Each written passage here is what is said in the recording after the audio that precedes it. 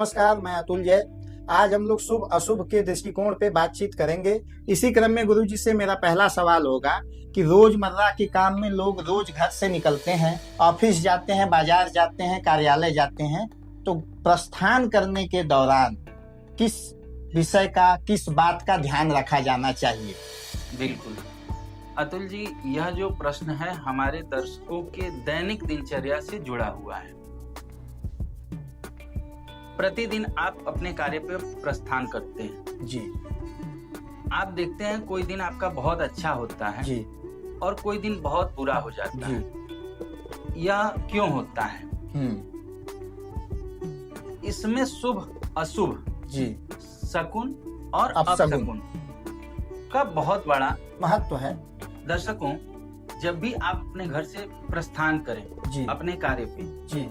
आपको ध्यान रखना चाहिए दूध शब्द का कोई इस्तेमाल न करें। कोई ये ना कहे कि दूध लेते आइएगा या दूध से संबंधित कोई बात हो। तो घर वालों को भी ध्यान देना चाहिए कि जब आपके घर से कोई प्रस्थान कर रहा हो तो दूध शब्द का इस्तेमाल नहीं करना चाहिए। अच्छा, उस दौरान आपके दूध की सप्लाई देने वाला आ गया तो कोई इशू नहीं है? हाँ, दूध की सप्लाई देने वाला आ गया तो उसका कोई इशू नहीं है जी। लेकिन अगर ये रहे कि आपके निकलते वक्त दूध शब्द अवॉइड हो तो बढ़िया। अच्छा। तो ये तो पहली बात हो गई। दूसरी बात बताइए। कोई खाली पात्र आपके सामने नहीं होना चाहिए। निकलने वाली गैलरी में, दरवाजे पे, सीढ़ी पे कोई खाली बर्तन, बाल्टी, ये सब ना हो। नहीं। अच्छा, कोई जरूरी चीज है जो वहीं रहती ही है तो पानी से भर दीजिए, पानी से भर दीजिए, मिट्टी से भर दीजिए। खाली पात्र का भी बचाव बेहद जरूरी है। यह नहीं होना चाहिए। तीसरी चीज कई बार छींक आती है। हाँ, तो आ सकती है। तो छींक आए अगर तो उसको अपने दाहिने तरफ छींकना चाहिए, न कि बाएं तरफ। ये घर वालों के लिए भी और निकलने वाले दोनों के लिए कि छींक जब आपको आती है तो इतना आभास होता है कि हमको छींक आने वाली। हाँ। तो आप इधर भी मुंह करके छींक सकते हैं, दाहिने की तरफ करके। हाँ, छींक। तो उससे क्या बचाव हो जाता है। दाहिने जब आप छींकते हैं हाँ, तो वह शुभ हो जाए जी। तो ये हमने घर से निकलने के दौरान ये 3 बचाव कि जब आपके साथ अपशकुन ना हो जाए आपके काम में, अगर ये 3 उपाय करेंगे तो पूरी संभावना है कि अपशकुन नहीं होगा, आपका काम बन जाएगा जिस काम के लिए जा रहे हैं। ठीक है। इसमें एक चीज का और ध्यान रखा जा सकता है कि जो वस्त्र हमने कल पहना था उसी वस्त्र को अगले दिन धारण करके नहीं जाना चाहिए। ओके। उसमें बहुत सारा राहु का प्रकोप होता है। अच्छा। अगर कल पहना हुआ वस्त्र यदि हम आज धारण कर लें तो जो कल की निगेटिविटी थी, नकारात्मकता थी, अगर कल काम नहीं बना तो संभव है कि आज भी काम नहीं बनेगा। इसलिए कभी भी काम पे प्रस्थान करते समय नए वस्त्र यानी धुले हुए धवल वस्त्र पहने। हाँ, जैसा हमने अभी तक बात किया कि कोई घर से प्रस्थान कर गया, निकल रहा है तब उसको क्या सावधानी रखनी। दूसरी चीज, घर से निकल गया, काम पे पहुंच गया। ठीक है। अब काम पे पहुंच गया तो हम किस व्यक्ति से बात कर रहे हैं, किस व्यक्ति को देख रहे हैं और कौन सा कपड़ा पहन के गए। अगर आपका जिस व्यक्ति से प्रथम बार मिलने पर काम बिगड़ जाए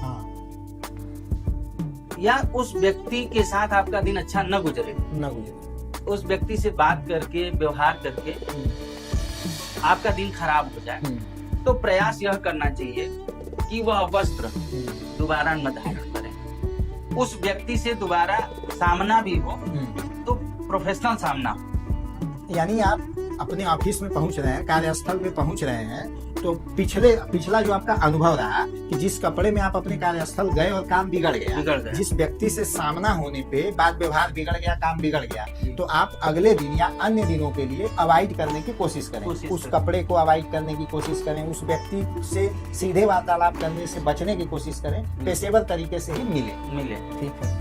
और उस व्यक्ति को अगर परहेज कर सकते हैं तो परहेज भी करना चाहिए, क्योंकि होता क्या है, सब ग्रहों का खेल है जी। अब किसी के जुबान पे राहु होता है, किसी के आंख में राहु होता है, और राहु वाले व्यक्ति बहुत खतरनाक होते हैं। भाई, व्यक्ति तो व्यक्ति होता है, इसमें कोई भी हो सकता है। ग्रह है, ग्रह परेशान करता है। तो कुछ व्यक्ति के जुबान पे राहु होता है, अगर वो आपके लिए कुछ भी कड़वा बोल दे तो आपके साथ निश्चित है कि घटित हो जाएगा। हाँ। तो ऐसे व्यक्ति से भी बचना चाहिए। ठीक है। ऐसा व्यक्ति से दूरी बना के रहने फायदा होता है। इसी तरह जब आप प्रातः काल उठें, आपको एक विषय का ध्यान रखना है कि मोबाइल तुरंत खोल के नहीं देखना है। देखिए, जगते आपकी पत्नी है, बच्चे हैं, माता पिता हैं, ईश्वर हैं। हर व्यक्ति घर में एक छोटा सा बड़ा सा मंदिर होता ही होता है। फोटो लगा देता है आजकल, तो फोटो मंदिर है। तो भगवान का दर्शन करना चाहिए, हाथ मुंह धोना चाहिए, कुछ खाना पीना चाहिए, जैसे चाय पी लिया, पानी पी लिया, मन प्रसन्न हो जाए 1 घंटा 1.5 घंटा बाद, तब मोबाइल छूना चाहिए। नहीं तो इसका भी बहुत बड़ा नुकसान होता है। जैसे कि मोबाइल टटोल रहे हैं, हम मान लीजिए उठते ही और हमने खोला और दुर्घटना की न्यूज सामने अथवा शेयर मार्केट गिर गया, वो न्यूज सामने, पूरा दिन हमारा चौपट।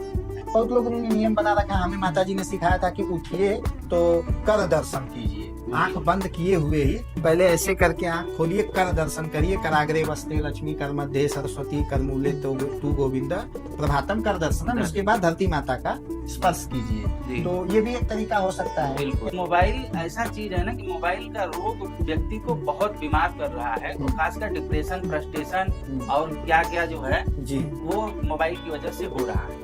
अब हमने बताया कि अपशगुन से कैसे बचा जाए। जी जी।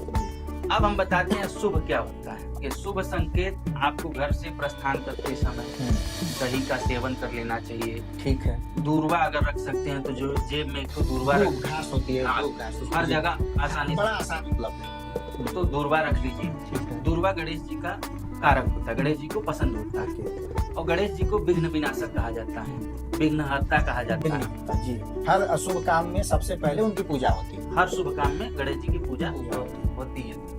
तो दूरवा रखने से क्या है कि काम बनने की संभावना बढ़ जाए। ठीक है। तो ये कुछ चीजें हैं, सावधानी रखनी चाहिए। कोई स्टूडेंट है, विद्यार्थी है, वह पढ़ना चाहता है लेकिन पढ़ाई में मन नहीं लग रहा है, तो उसके लिए क्या है कि आपको सरस्वती जी को पीला फूल चढ़ा दीजिए रोजाना, या जब आप पढ़ने बैठिए और एक पीला फूल आपने सरस्वती जी को चढ़ा दिया। सरस्वती जी मतलब हम तो पुस्तक को भी मान लीजिए, उन्हीं को ऐसे रख के हमने सरस्वती का ध्यान कर लिया। ये एक तरीका है कि आपका मन लगने लगेगा। हो सकता है कि आपकी बुद्धि में भी वृद्धि जी। तो ये कुछ चीजें हैं जी। अगर आप इसका ध्यान रखेंगे तो आप देखेंगे कि आपके जीवन में शुभ ही शुभ बना रहेगा। आपके जीवन से अशुभता चली जाएगी। जितना भी अपशगुन है वो सब दूर हो जाए। आपको हमने ये चीज बताई कैसे शुभ रहेगा, कैसे अशुभ रहेगा। बाकी आपको अपने विषय में और जानना हो, कुंडली से भी शुभ अशुभ का ज्ञान किया जाता है कि हमारे लिए क्या शुभ रहेगा, क्या अशुभ रहेगा।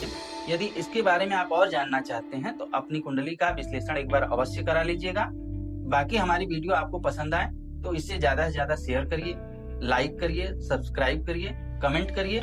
मिलते हैं अगले वीडियो में, तब तक के लिए धन्यवाद। हर हर महादेव।